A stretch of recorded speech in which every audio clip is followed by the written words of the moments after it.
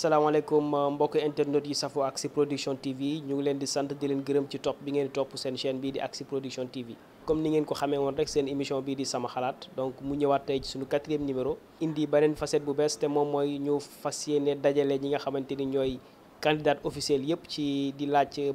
kàddu askan wi donc ñu fas yéene dalal waxtaan ak ñoom comme tey rek niñ ko defee ñu ñëw seet si suñu yaay booy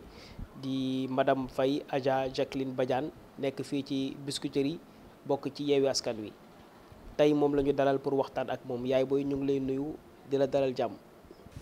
donc maa ngi leen di fay Axi TV vraiment di rafetlu ñëw bi ngeen ñëw fii Biscuiterie donc seet si ma ñu war a toog waxtaan man maay madame Faye Adja Jacqueline Badiane Adja bi nag damaa jóge Màkk dama demoon aji donc jóge Màkk 2017 laa aji woon moo tax Adja bi toujours dama koy réclamer waaw dama koy réclamer ndax yombul woon man nag c'est vrai parti PUR laa bokk je suis le secrétaire général de la section communale de Biscuiterie je suis le secrétaire national donc chargé de l'amélioration des conditions de vie des personnes à mobilité réduite donc muy des personnes qui vivent avec un handicap donc loolu mooy sama mission sur le plan politique donc ma ñëw fii nekk candidate nag de la coalition Yewwi Askan Wi de Biscuiterie. lan ngay wax internautes yi nga xam te ñooy salaam pour ñu xam exactement kan mooy Adja Jacqueline. man Biscuiterie laa juddoo Biscuiterie laa màggee Biscuiterie laa amee sama teraanga ma nekk nag un fonctionnaire de la ville de Dakar nekk fa Mamadou Diop embauché ñu bi mu ñuy embauché c'était parce qu'il avait dit quand il est arrivé il avait mis en place un organigramme parce que dafa ñëw ville de Dakar fekk fa lu dul benn fonctionnaire de la hiérarchie A muy l'ancien secrétaire général de la commune mu xam ne pour li mu yéene Dakar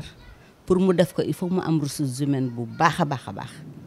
ci la ñëw presque université débauché fa ñu baree bari ñii d'accord ñii d'accorduñu parce que boobu dem ci maire yi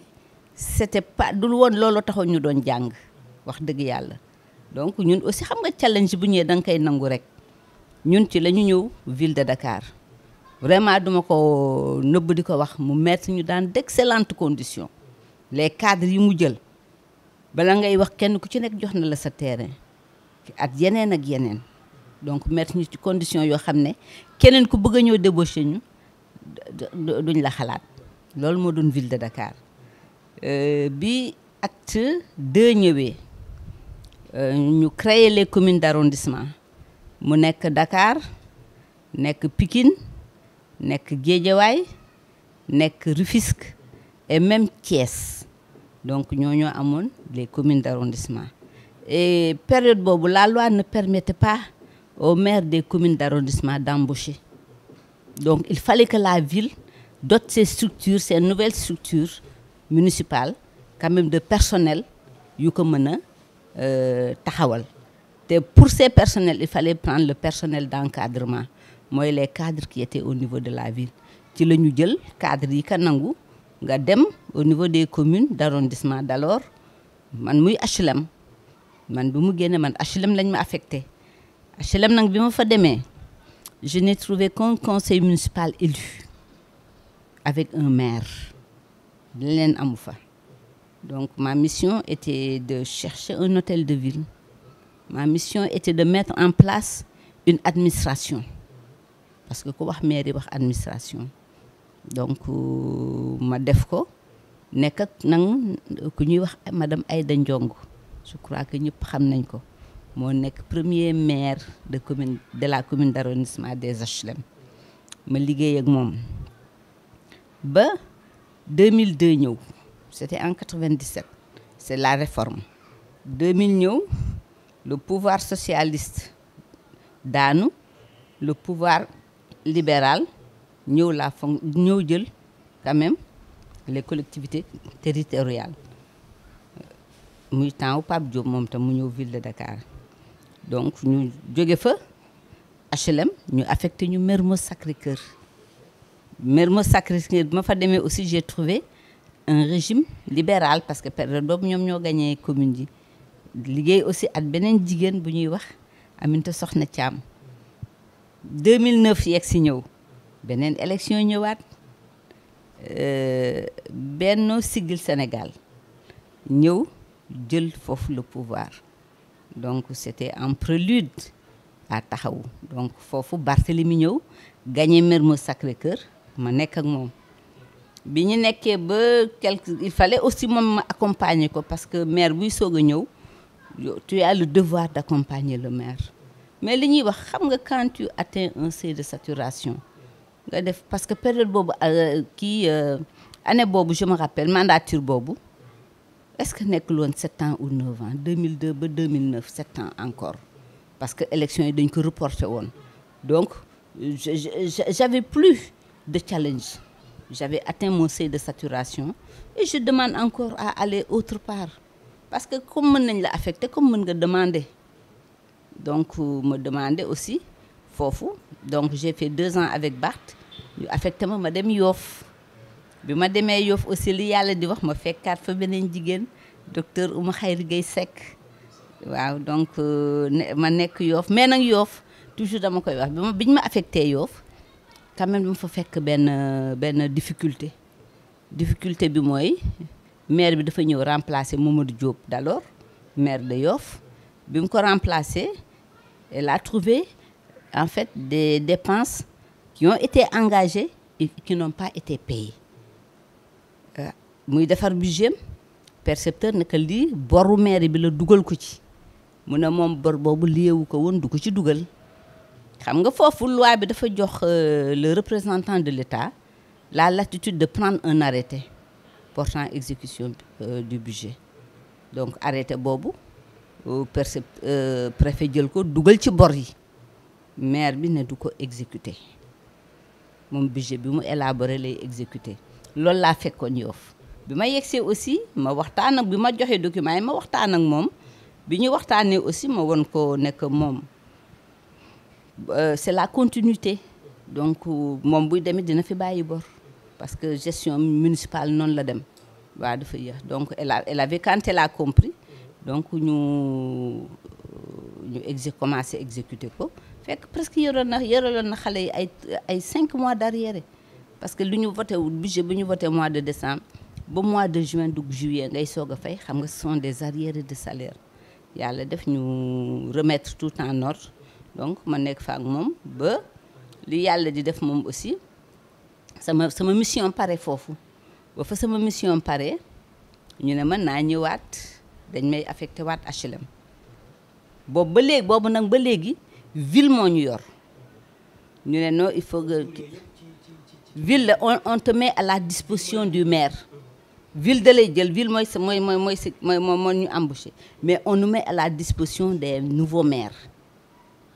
donc bi ñu def kiiwee foofu ville aussi ne ma il faut nga demaat HLM expliquer ma yoo xam ne bon mën nañ ci romb donc loolu mu indiwaat ma en 2013 ma ñëw mairie HLM li may wax ma ñëw fa 2013 2014 acte 3 dugg en vigueur daal di may plombé parce que acte 3 nag bi mu amee maire yi nag ñoo jël en charge des personnels loolu plombé ma HLM ba fa laa nekk ba actuellement fa laa nekk nii nekk fa aussi at ku baax ne muy Babacar Sadikh Seck donc ñu am une relation humaine très forte waaw parce que dafa am solo ci liggéey donc kooku am naa ko di ko rendre moom tam un hommage. bu ñu déggee ca jaar ci wàllu collectivité territoriale gis mën nañ ni c'est l'expérience qui parle. C'est l'expérience parce que bi ma nekk université dama ko jàng après ma maîtrise j'ai fait un DES en collectivité territoriale donc kooku c'est en cours d'activité laa ko yokk ci sama xam-xam yi ci laa ko yokk donc loolu day woon man li may wax toujours et je le réclame je suis un pur produit des collectivités locales dama ko jàng dama ko exercer bi ñu nekkee ville at Mamadou Diop budget bi daf ko jëlee 3 milliards yóbbu ko presque 30 et quelques milliards parce que dafa gëmoon ay jeunes ñun ñëpp c'était notre premier poste daf ñu gëm ñu ñëw ànd ak moom di mobiliser nag parce que pour que collectivité locale dox il faut savoir mobiliser les ressources financières parce que ville ou bien la collectivité mooy mobiliser loo amul doo ko dépenser loo amul doo ko dépenser donc foofu seen mobilisation dafa am solo. ginnaaw expérience boobu nga dund yëpp tey yaa ngi fii ci commune Biscuiterie tey nga bokk ci ñi nga xamante ni ñoom ñooy xëccu gox bi la moo la poussé ci loolu. waa xam nga ñun dafa am fu ñu bokk may delloo njukkal sama kilifa di ko rendre hommage un vibrant hommage muy Seydi Mouhamadou Moustapha Sy foofu la ñu bokk mu tàggat ñu nag parce que nit boo ko buggee jox ay mission da nga koy tàggat mu xam boppam parce que moom boo waxee mu ne man gëm sa bopp il faut l'éviter da ngay xam sa bopp. nga gëm sa bopp il faut nga xam sa bopp. foog nga xam sa bopp waaw parce que moom très tôt dafa am benn projet de société moom la ñuy wax ou bien une société en projet te ba mu ko amee xam na ni pour que mu mën ko réaliser foog ñu dugg ci politique ba mu ñuy dugal ba mu ñuy tàggat xam na li tax mu ñuy tàggat donc bi ñu tàggatee ba ñëw en 2000 je crois 17 le mettre en place génnewaat PUR le parti PUR mettraat que sur la sellette ñu dem parce que li mu bëgg kenn mënu ko porteel ñu mu njabootam la ci wóolu ndax ñoom la defar loolu moo ñu dugal ci biir politique bi ñu ñëw li ñuy wax rek bi ñuy soog a ñëw xam nga c'est un fin stratège dañ yegg si ñëw muy parti bu ñu tegaat xëy na ña ko sosoon ñu ci bari sax jóge nañ fi bi mu yegg see ñëw ñu dem élection locale du moins élection législative ñu am ñetti député moo xam ne mbir mi war na mën a ñëw mu ne foog ngeen structurer le parti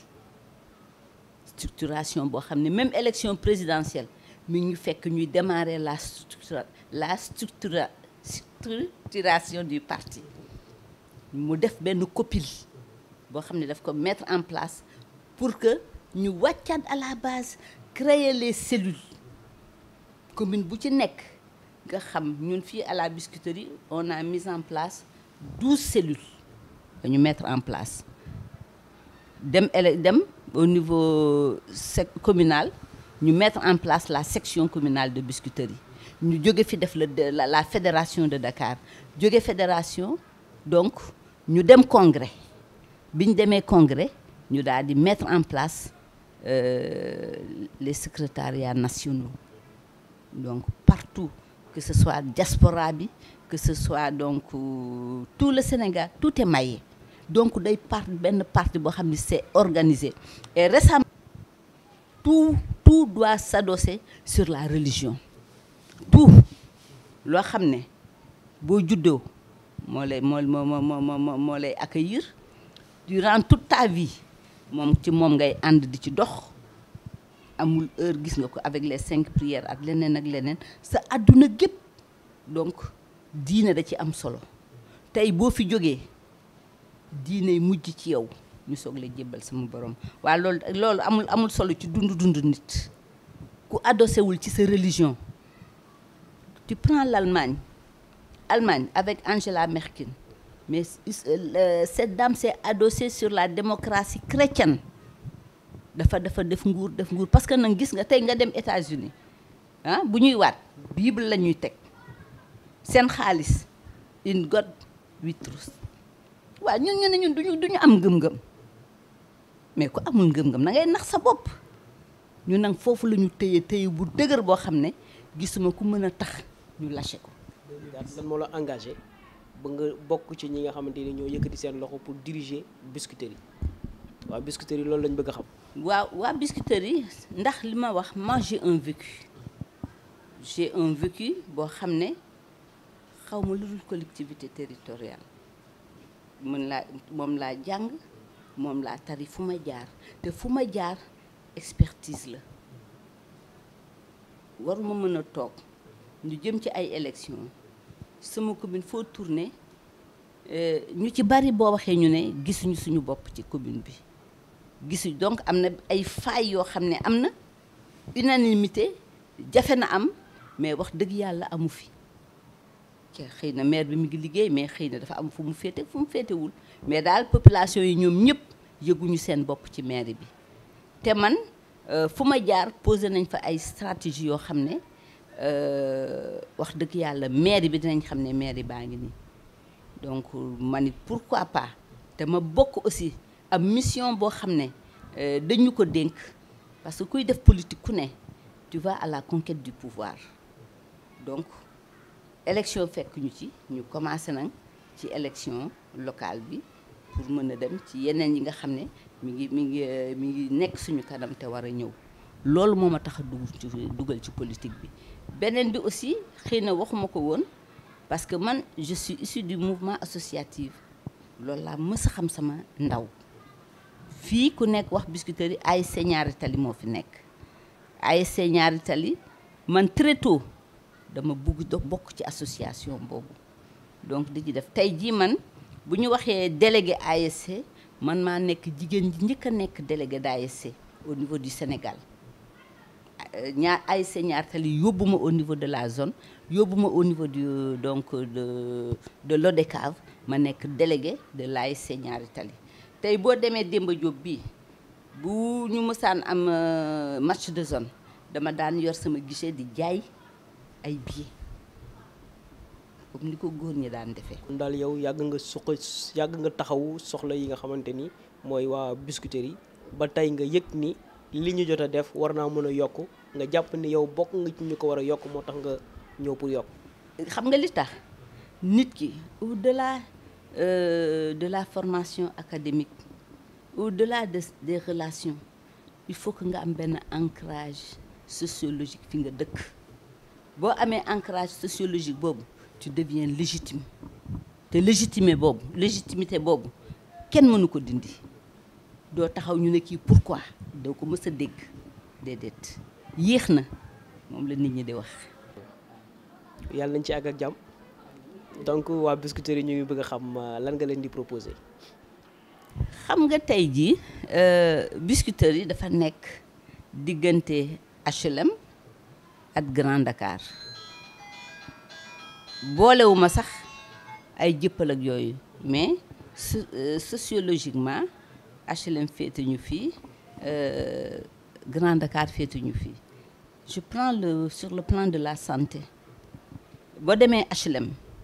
am na centre de santé boo demee HLM am na poste de santé maternité nga dem Grand Dakar am na centre de santé mais boo ñëwee Biscuiterie amul dara benn poste de santé te Biscuiterie moo ëpp population HLM moo ëpp population Grand Dakar ça c'est sur le plan de la santé nga ñëw sur le plan de la sécurité nga dem HLM commissariat de police ma nga fa nga ñëw Grand Dakar poste de police mi ngi fi rattaché au commissariat de police du Point E nga ñëw Biscuiterie amul dara tey jii nga ñëw Biscuiterie amul case des tout petits bi nga xam ne suñu maam Ablaye Wade donc da ko def fu ne am na HLM fii amu ko donc yooyu ce sont des faits yoo xam ne damaa toog benn bis ma dégg un adjoint au maire de la commune de Biscuiterie mu ne Biscuiterie mooy mbalitu tubaabu HLM te man ma dëkk Biscuiterie di liggéeyee HLM dégg nga wax ji ma ni waa mais kon man lan laay def il faut que je me batte sëgam sama autorité mooy wax loolu c'est que c'est ancré dans sa tête est-ce que c'est lui qui va relever le défi loolu li gën a tax ma dugg ci tey ji cadre de vie bi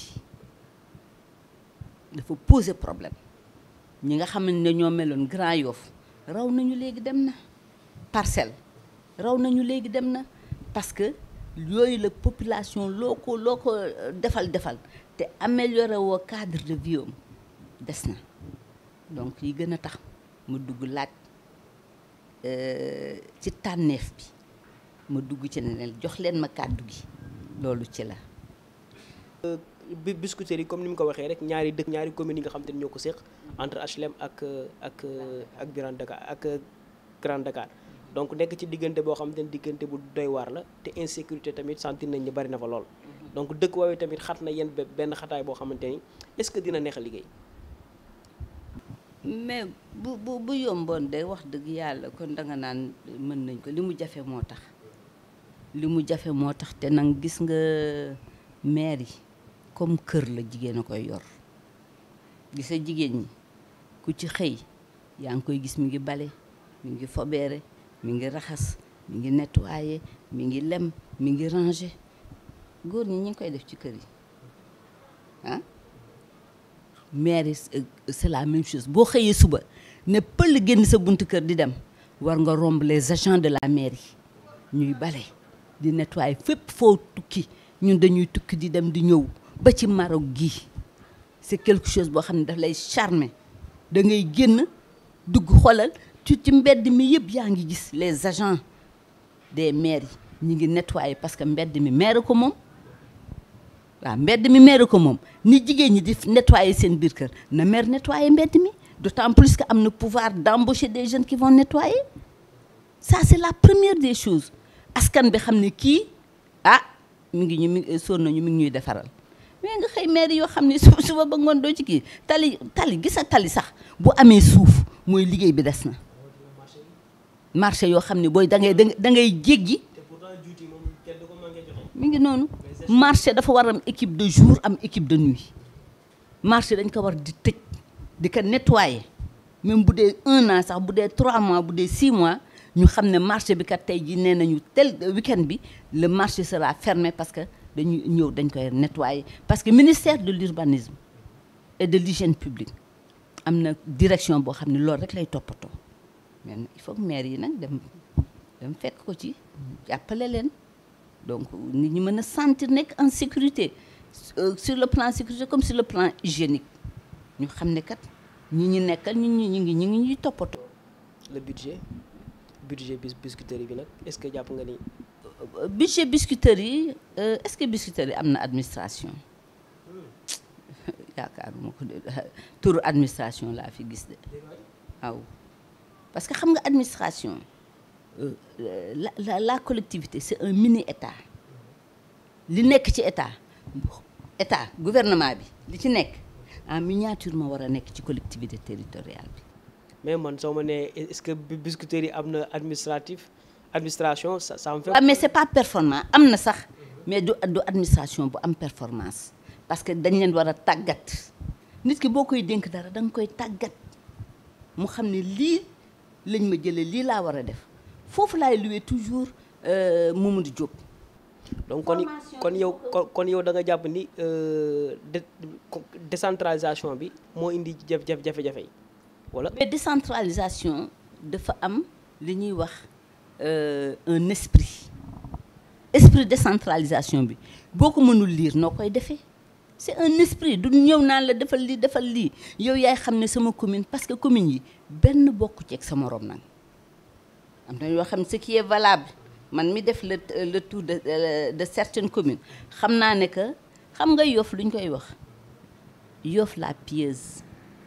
parce que foofu diine dafa am solo Mermoz Sacré-Cœur c'est une commune résidence dem nga ñëw HLM c'est une commune commerciale commerce moo fa am doole et noonu la mel donc yow boo yegsee ñëw loolu ngay njëkk a jàngat waaw est-ce que léegi am nañ temps di jàngat dara non da nga koy xam boo ko xamul tu vas perdre du temps looloo tax nit ñi dem ba fin de mandat li ñuy commencer liggéey parce que au début bi ñuy ñëw di jël seen commune xamuñu ko donc le temps que ñu xam kii commune bi di def monter les projets mais buñ koy commencer exécuter le temps n'attend pas. est-ce que jaaduwul laata ngay laaj nga xam li ngay laaj lan la. looloo normal parce que gis nga ma wax la gis sa commune léegi les partis traditionnels mënatuñ ko yor xam nga ñoo ko kii la commune il faut un manager quelqu'un qui sait manager ñu jox ko mu manager équipe yi ñun dem c'est ça qui va nous permettre de sortir de cette ornière là un peu nébuleuse. donc ci comme que temps bi daf ñu njëtt lool donc programme bi dañuy xool rek bu fekkee am na ci loo ci bëgg a laal ñu soog a jàll ci beneen point bi. waaw man programme bi xam naa ni man mais nag primeur bi gi duma ko génne léegi am naa programme boo xam ne qui sera élaboré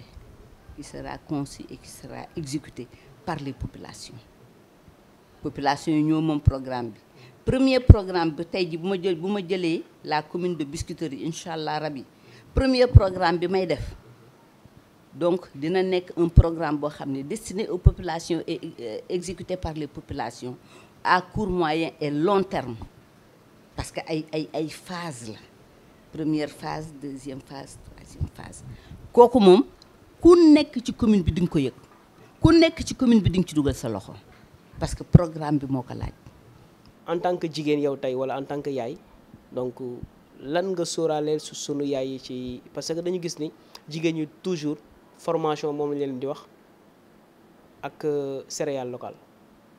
formation céréale locale dem nañ ko ba léegi foo jëm am nañ as pokos bu ñu def formation te gis nañ ni toujours formation dafay am lépp dafay am mais financement bi dafay jafe dañuy gis ku tàmbali léegi balaa ñaari weer nekk ci leneen. xam nga mooy li ñuy wax rek nit ki boo ko bëggee jàppale da nga koy laaj lu mu bëgg c'est important. gis nga man li ñuy wax boo yàggee ci collectivité locale di liggéey man mës naa participer ci benn séminaire boo xam ne li ñuy wax dañ doon tàggat jigéen ñi li tax góor ñi duñu bëgg ñu bokk ci seeni réunion xam nga am na jigéen bu yoree njabootam am na heure boo xam doo ko ooyee réunion doo ko gis jigéen en fait gis nga galgal yooyu mooy yi góor yi doon def ba nga xam ne jigéen ñi fa ñuy décider sax duñ ko fekkee mais kooku c'est révolu. J'ai dit que maintenant il faut un manager, il faut que la politique politicienne elle est révolue. Dans le cadre de tes études ngay jàng da ngay xool nooy manager donc ci biir loolu jigéen ñi c'est vrai que dañ ne transformatrice lañu mais dañ ko cof gisa transformation boobu dañ ko cof parce que un producteur matière première lay defar il faut ñu transformer ko commercialiser ko c'est une chaîne gis nga tey fii ñaata yoon ngay gis ay production yuy yàqu ñaata yoon mais tey ji ñii ñuy former nii nañ leen liñ dëgëral leen seen bopp et c'est là où on va mettre l'accent des unités de transformation waxuma toog ci benn pukus de kii mais il faut créer des PME des unités de transformation yoo xam ne bu soo jotee ratt meew maa ngi yàqu ci àll bi dañuy dem def ko ci ay camion kii indi ko defar ko soble bi ngi yàqu ak leneen yi yàqu dafa bari te il faut que ñu am benn chaîne de production de transformation boo xam ne bokkul ak chaîne de commercialisation bi ñett yooyu production transformation commercialisation mais kooku bu ñu ko defee waxuma la jigéen ñi mais jeunes yi sax ñoom ñëpp dinañ am ci luñ jàpp parce que li may wax dañuy xam seen bopp dinañ defar production locale dinañ ko am dinañ am sax lu ñu yóbbu à l'extérieur parce que li ñuy jot a jël fii yëpp ñu ngi koy yóbbu di ko transformer à l'extérieur di ko indiwaat commercialiser indiwaat ñu di ko jëndaat di ko consommer donc yooyu il faut qu'on renverse la tendance bu ñu renverser tendance bi jigéen ñi ñuy wax ay jàmbaar lañu billaahi foofu rek moo ci des. taxaw bi daal moo ci des. fas yéene nga ci taxaw bis boo jëlee Biscuiterie fii ci waa Biscuiterie. mooy li ma lay wax parce que xam nga li ma lay wax ñun bu ñu jëlee dinañ toog ak ñoom waxtaan ak ñoom parce que nag defar projet ou bien élaborer yu bari au détriment de sa population parce que yow lii nga bëgg on a vu que ci man maire yi ma jaar yu bari dina indi problème parce que nit ñi lu ñu gëm nga toog ak ñoom ñu wax la lu ñu bëgg. kon daal solution yi faaw ñu boole ci population bi. C'est à la base ci population yi lay jógee parce que c'est ça l'esprit de la décentralisation boo ko jëlee c'est de la base vers le sommet pas du sommet vers la base. ci dëkk ci gox bi laaj gox bi wala ñàkk dëkk ci gox bi ci laaj gox bi donc mun nañ ni ban jàngat nga am ci loolu baat boobu. waaw xam nga man sax wax dëgg yàlla duma ni dëkk feek bañ fi dëkk ak yooyu xam nga li am solo nga amal njariñ sa gox nga amal leen da ngay laajte ba dem mu jafe ci yow nga dem ba nga xam ne jox nañ la ko nga foye ko néewal kii soofantal ko population yi toog di souffrir donc un maire tey jii ku mu neex man la dans le cadre de la mobilité wax dëgg yàlla nit mën na jóge fu nekk ñëw di gérer kii woo fu nekk parce que foo juddoo yaroo fa say mbokk nga fa nekk donc ñëpp nga fa si tu n'es pas déconnecté lépp di nga ko xam à plus forte raison nag nga dëkk fa di fa fanaanoo di fa fanaan di fa yeewoo kooku moom boo ci bu amee lu la ump rek mu kii te xam nga yéen seen structure yi ku ko am sa commune yéen bu ñuy waxtaan ci mairie bi réunion conseil municipal xam nga askan bi da koo war a fekke xam nga assemblée tey bu ñuy réunir population yi mën nañ dem télé yi dañuy dem mais pourquoi suñu réunion conseil municipal yéen doo leen ñëw jël li fa xew génne ko jox ko askan bi. mais pourquoi pas équipe municipale bi waru mun a am un chargé de com boo xam te ne dañuy filmer li xew ci conseil yi ñu. mën na ne mais xam nga foofu. conseil li xew ci conseil yi kenn du ko xam. mais foofu la nag parce que xam nga tey jii maire bi bu amee chargé de com li mu bëgg mu génn mooy génn mais yéen bu dee yéen seen yoon nekkul ci kenn da ngeen di ñëw askan bi moo leen yónni ngeen ñëw filmer ko conseil municipal bi jot coow li jot ñu ne kii lan la wax budget bi ñu koy voté kii d'accord na kii nee na d'accord parce que li at li ngeen génne ko di ko toog askan bi di ko gis naan man kat suñu maire yi tey lii moo fa xew lii moo fa xew. bañ a yomb taxaw leen ci rek léegi ngeen gis ñu bari dinañ defaraat seen toogaay. kenn mën leen ko tere mën na am. waaw nga au moins askan bi xam ne lii moo xewoon suñu maire yi xam nga loolu la dafa am solo parce que mënoo représenter ay nit ngeen di nas di nocci te xamul li ngeen di nas ak li ngeen di nocci lan la. te bu sottee ci ñoom la jëm donc ci nga bool leen ci xalaat bi daf ci am solo lool. donc loolu point bu am solo la ñu ngi ñaan rek képp koo xam ne rek yàlla dénk na la nga jiite gox na nga fexe ba na nga boole ci sa population ci xalaat yi boole leen comme que après lépp ci ñoom la jëm je crois boo ci ànd ak ñoom xalaat ba tëral je crois dafay yomb daal. donc loolu point bu am solo la ñëpp war nañ ko jàng donc ñu ngi àgg ci sunu cëppaandaw donc en tant que candidate officielle bu Yewwi Askan Wi ban message tey ngay wax ak waa Biscuiterie yi tey. waa Biscuiterie yi en fait di leen gërëm di leen sant parce que tey jii xam nga ñun mësuñu yor benn fonction publique ñun dañu nekkoon dans une administration di liggéey tey ñu war a génn janoog askan bi donc il faut que askan bi xam ne que ñii ñëw di laaj seen kàddu du ñoo xam ne dañu ñëw ndax politique politicienne la dañu ñëw parce que dañu xam ne que population yi mérite beaucoup plus que liñ leen di jox dafa am solo que population yi ce sont les vrais acteurs du développement que population yi ñu xam ne orientation bu ñu jox seen maire yi orientation boobu lay jaar donc yàlla nañ ko dénk ñu ko xam dafa am solo mettre les hommes qu'il faut à la place qu'il faut donc loolu bu ñu ko defee wax dëgg yàlla dinañ gagner ay points yu baree bari looloo tax man les populations de Biscuiterie yi nee naa leen voteel leen Yewwi Askan bi ndax Yewwi Askan bi jigéen a fa nekk ba pare ay jeunes yu wex xatt nag wër ko ay jeunes yoo xam ne ce sont de jeunes cadres yoo xam ne ñu ngi jàng xarañ nañ ci li ñuy def booleeg la masse des militants je crois que loolu ku kuy uti leneen te gis lii war nga taxaw jàpp ci lii parce que nag on est maire avant d'être maire c'est important. yan kàddu moom ngay jeexale. man mënuma bokk askan bi ñu ñëw di waxtaan te duma dugal le cas de Barthélémy Diaz qui est candidat à la ville de Dakar. Le cas de Barthélémy Diaz dama koy wax parce que tey jii dama ko situer sur 3 niveaux. Le premier niveau c'est un niveau purement social.